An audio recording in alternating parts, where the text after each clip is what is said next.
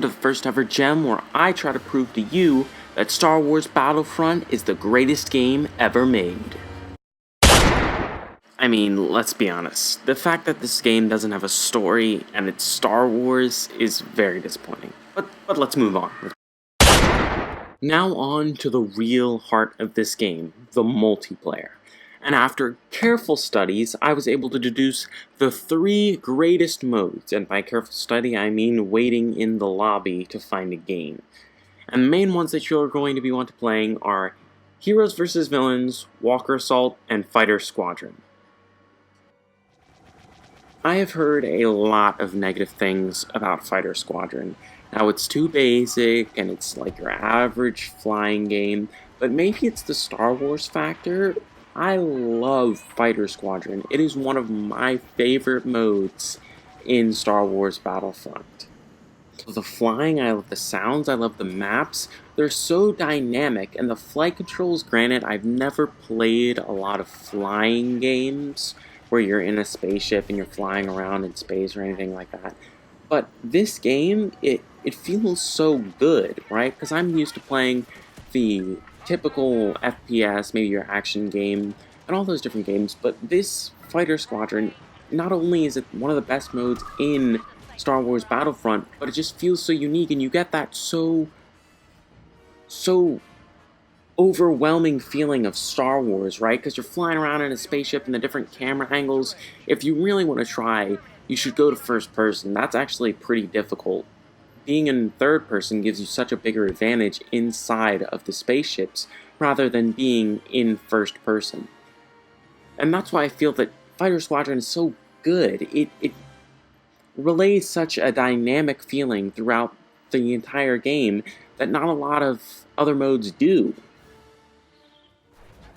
Now, if you've ever played Heroes vs. Villains in Star Wars Battlefront, you know exactly why this game mode is on here. It's so fun to play as the different heroes and villains of the Star Wars universe. The way that they all have different moves and movesets, and just seeing your favorite heroes and villains clash in-game and fighting as them is so rewarding as a Star Wars fan. Some people have no idea. This game mode can be so fun.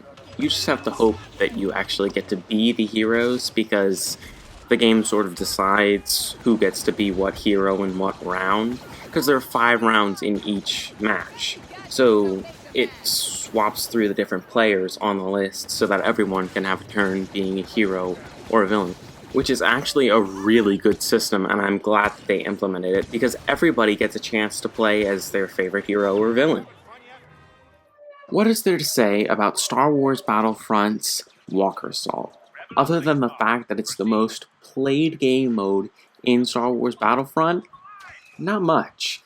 It's not just capture the flag, and it's not just domination. It's more than just a combination of the two. I especially love it when you're spawning in on Jakku, and everybody is just so clamped and cluttered together, and you just pretend that you're letting loose an inspirational speech before the battle begins.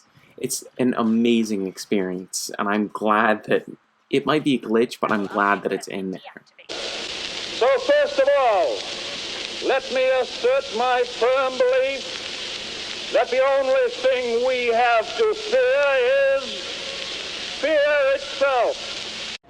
But what makes this game mode so unique to Star Wars Battlefront is that you're never going to find this type of game mode in any other game.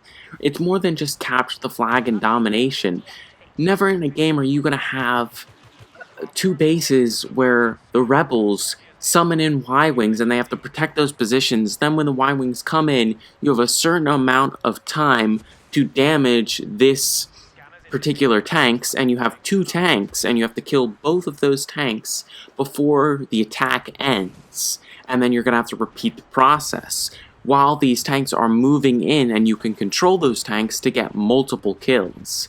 I've never seen that in a game mode before, and I'm glad that Star Wars Battlefront invented it. You basically have 3 options for customization in this game: weapons, appearance, and emotes. In weapons, you have sort of this card system, where as you go along in the game, progressing up your level, you unlock different abilities like grenades, jetpacks, and snipers. But the weapons in this game aren't very different. It basically boils down to regular FPS weapons, except Star Wars modified. And you get your basic heavy blasters, assault rifles, and pistols added into the game. And with the DLC, which we'll talk about later, that comes in, you get more weapons. There are a lot of appearances in this game. You can become aliens, different colors and races and genders.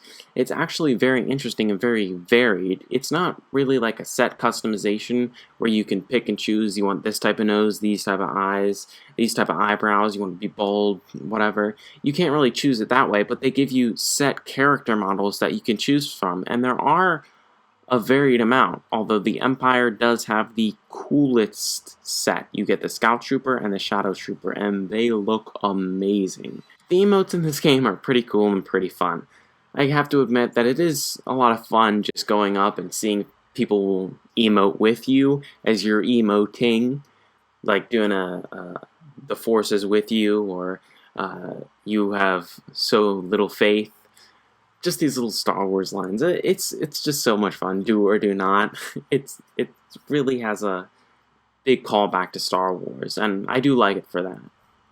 And if you sell your soul to the dark side for only $50 a season pass, you get a few heroes, more guns, and more maps. And I hope you're excited for that, because that will be in every single Star Wars Battlefront, but I hope it's not. So is this the greatest game ever made? Does this deserve to be called a gem? And just basing it off as a standalone game, not looking at any of the Battlefronts before it that came out in the 2000s or even before that, not looking at any other Star Wars game that has ever come out, not looking at The Force Unleashed or anything like that, honestly, it's really just disappointing. I mean, this is Star Wars. Star Wars is one of the most influential things of all time. It's one of the greatest franchises ever created. It has the hugest fan base in the world, and with a game coming out this disappointing with only multiplayer as the real meat of the game, there's no story, barely any extra features, survival is just your basic horde mode waves, training is just training you for the multiplayer, and it's just a basic first-person shooter with the title Star Wars plastered on it, and nothing else.